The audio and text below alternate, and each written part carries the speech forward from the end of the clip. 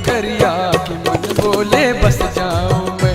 बड़ी प्यारी प्रयाग की नगरिया की मन बोले बस जाऊं मैं।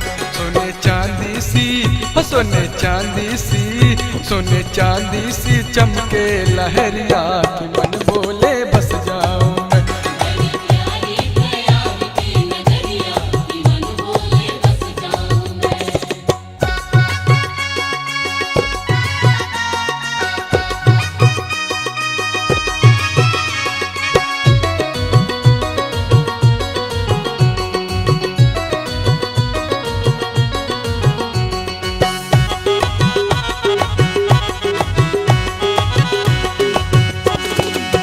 जितना भी देखो जी नहीं भरता, जितना भी देखो जी नहीं भरता। रजनी में जैसे हो स्वर्ग उतरता, रजनी में जैसे हो स्वर्ग उतरता। जितना भी देखो जी नहीं भरता, रजनी में जैसे हो स्वर्ग उतरता। बड़ी ही पावन आलोप शंकरी है, बड़ी ही पावन आलोप शंकरी है। विश्राम करते हनुमान जी यही है भोले बाबा की, भोले बाबा की, भोले बाबा की पड़ला नगरिया की मन बोले बस जाऊं मैं।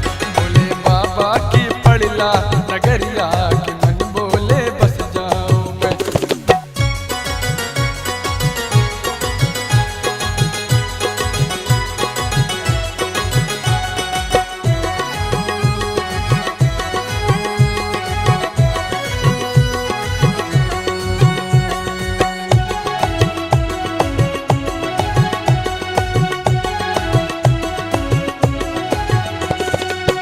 राम जी आते हैं सीता को लेकर, राम जी आते हैं सीता को लेकर।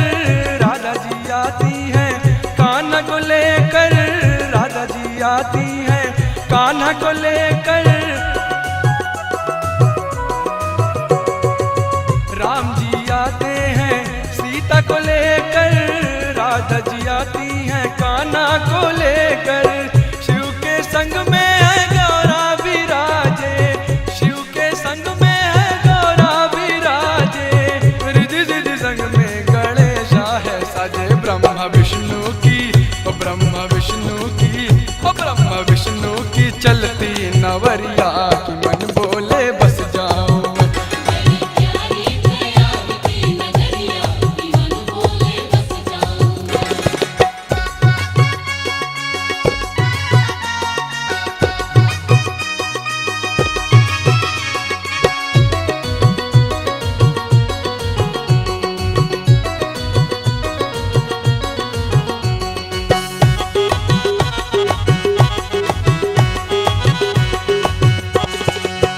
आके यहाँ जब अरज लगाया, आके यहाँ जब अरज लगाया।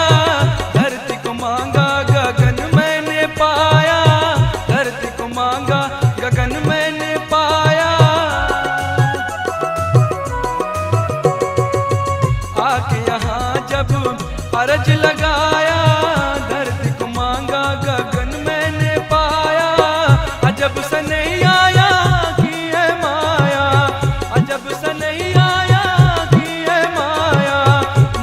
सदा रहती आंचल की छाया। प्रेम कलियां हो प्रेम कलियां, प्रेम कलियां खिल भाव की फुलवरिया की मन बोले बस जाऊं मैं।